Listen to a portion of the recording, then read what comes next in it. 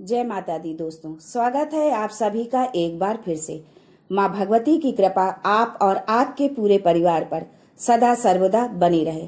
दोस्तों, अगर आप अपनी लाइफ में नया कुछ सीखना चाहते हैं तो चैनल को सब्सक्राइब जरूर करिएगा।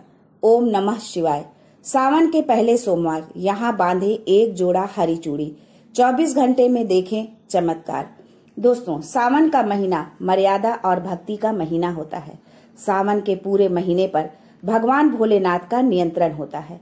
श्रावण मास भोलेनाथ का प्रिय महीना है, इसीलिए इस मास में पूजा पाठ करके आप भगवान भोलेनाथ को अतिशीघ्र प्रसन्न कर सकते हैं। वैसे भी भोलेनाथ औघड़दानी हैं। अपने भक्तों के मात्र एक लोटे जल से ही वो उनकी सभी मनोकामनाएं पूरी कर देते हैं। इस संबंध में पौराणिक कथाएं और धार्मिक मान्यताएं भी हैं।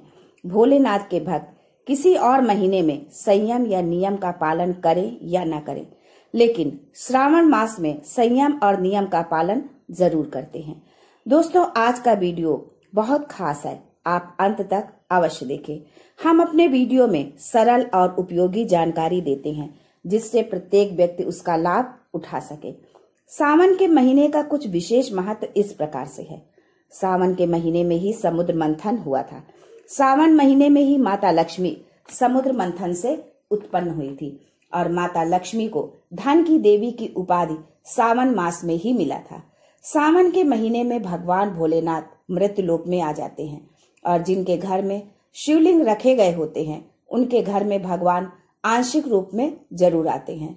इस मास में भगवान विष्णु योग निद्रा में चले जाते हैं, तो संपूर्ण सृष्टि का कार्यभार भगवान भोलेनाथ पर होता है।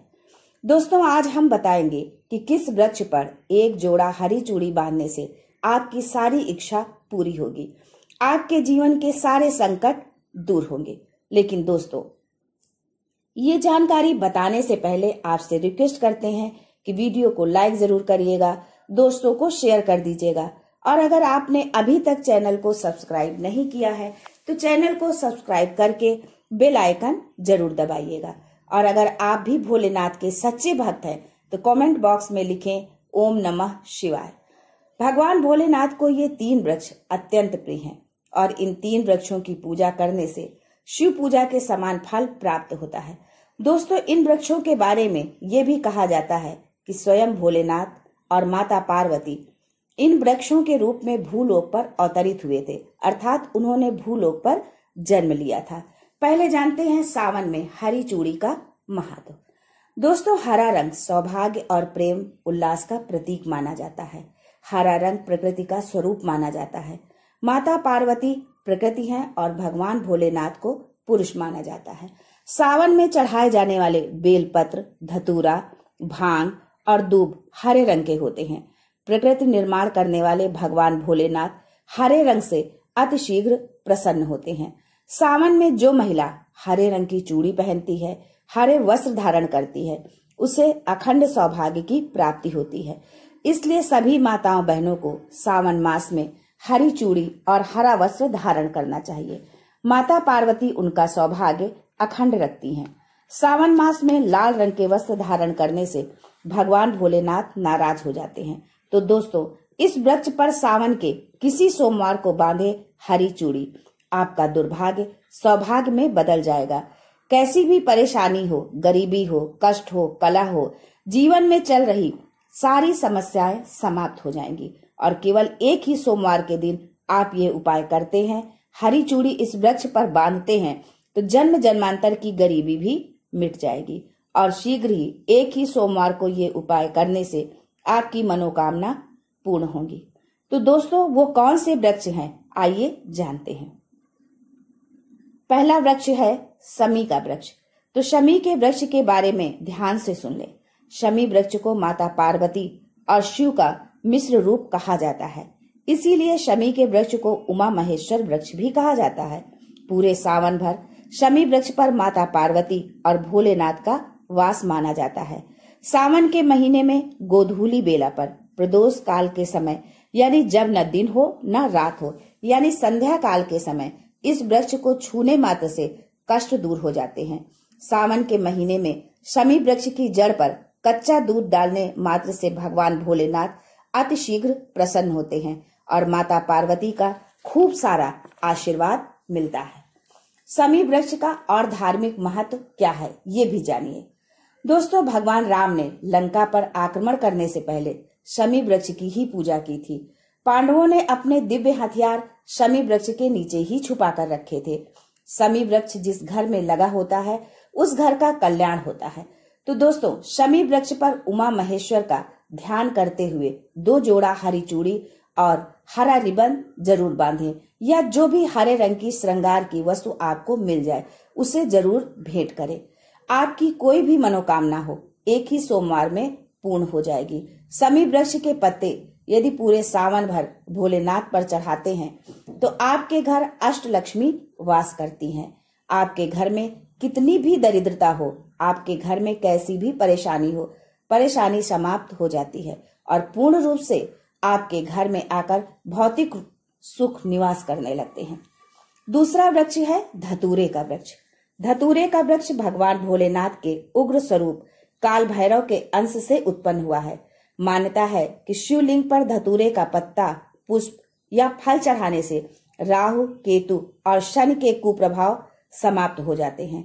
धतूरे के वृक्ष पर सावन के महीने में अगर 2 जोड़ा हरी चूड़ी बांधे तो शत्रु से छुटकारा मिल जाता है।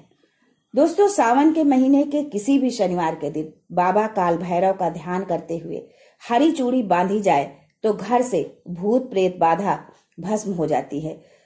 छोटी सी धतूरे की जड़ घर के किसी भी कोने में छुपाकर या खनन कर दबा दी जाए या गाड़ दी जाए तो भूत प्रेत की बाधा समाप्त हो जाती है। दोस्तों, तीसरा वृक्ष है बेल का वृक्ष। स्कंद पुराण में लिखा है कि बेल का वृक्ष माता पार्वती के पसीने से उत्पन्न हुआ है। जब माता पार्वती का पसीना मंदराचल पर्वत पर गिरा तो उसने बेल के वृक्ष का स्वरूप ले लिया। माना जाता है कि बेल के वृक्ष का दर्शन करने मात्र से ही व्यक्ति के पाप मिट जाते हैं। स्पर्श करते हैं तो जीवन की सारी समस्याएं मिट जाती हैं। अगर आप भगवान भोलेनाथ को अति शीघ्र प्रसन्न करना चाहते हैं, आप भगवान भोलेनाथ पर खूब सारी चीजें चढ़ा रहे हैं लेकिन बेल का पत्ता नहीं चढ़ाते हैं तो वो प्रसन्न नहीं होते हैं। पूरे सावन में बेल की जड़ पर ब्रह्मा जी का वास होता है, मध्य स्थान पर विष्णु और संपूर्ण स्थान पर भगवान भोलेनाथ का वास माना जाता है।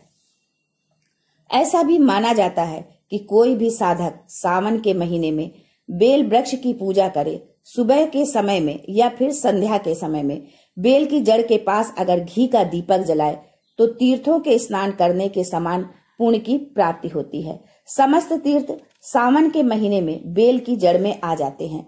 तो दोस्तों, सावन के किसी भी सोमवार बेल वृक्ष पर कच्चा दूध डाला जाए तो जीवन की परेशानियां और कष्ट मिटते हैं। सावन के किसी भी सोमवार के दिन संध्या बेला में बेल के वृक्ष में 1 जोड़ा हरी चूड़ी जरूर बांधें। संध्या बेला में ही क्यों? तो दोस्तों, संध्या बेला को ही प्रदोष काल कहा जाता है। प्रदोष काल के समय अगर माता पार्वती और भोलेनाथ की एक साथ पूजा की जाए तो प्रभाव बढ़ जाते हैं। इससे मनोकामना अति शीघ्र पूरी होती है। जैसे आप सुबह पूजा करते हैं तो उसका प्रभाव 100 गुना होता है, लेकिन अगर संध्या काल के समय जब आप पूजा करते हैं तो उसके प्रभाव 1000 गुना ज्यादा बढ़ जाते हैं। तो संध्या काल के ही समय घी का दीपक जलाएं। दीपक जलाने के बाद आप 1 जोड़ा हरी चूड़ी बेल के वृक्ष पर जरूर बांधें, एक ही सोमवार के दिन। ये उपाय करने से आपकी जो भी मनोकामना होगी वो पूर्ण हो जाएगी। जब आप भोलेनाथ पर बेल पत्र चढ़ाते हैं तो कम से कम 3 पत्तों पर चंदन से श्री राम लिखकर जरूर चढ़ाएं। इससे भगवान भोलेनाथ जल्दी प्रसन्न होते हैं। तो दोस्तों, सावन के किसी भी सोमवार को इन 3 वृक्षों में से किसी भी वृक्ष पर हरी चूड़ी जरूर बांधें, आपकी मनोकामना पूर्ण होगी। कमेंट बॉक्स में ओम नमः शिवाय लिखना ना भूलें। ऐसे ही धार्मिक एवं लाभप्रद जानकारी पाने के लिए चैनल को सब्सक्राइब करना ना भूलें। आज के लिए बस इतना ही। मिलते हैं अगले वीडियो में। तब तक के लिए goodbye and thanks for watching my video.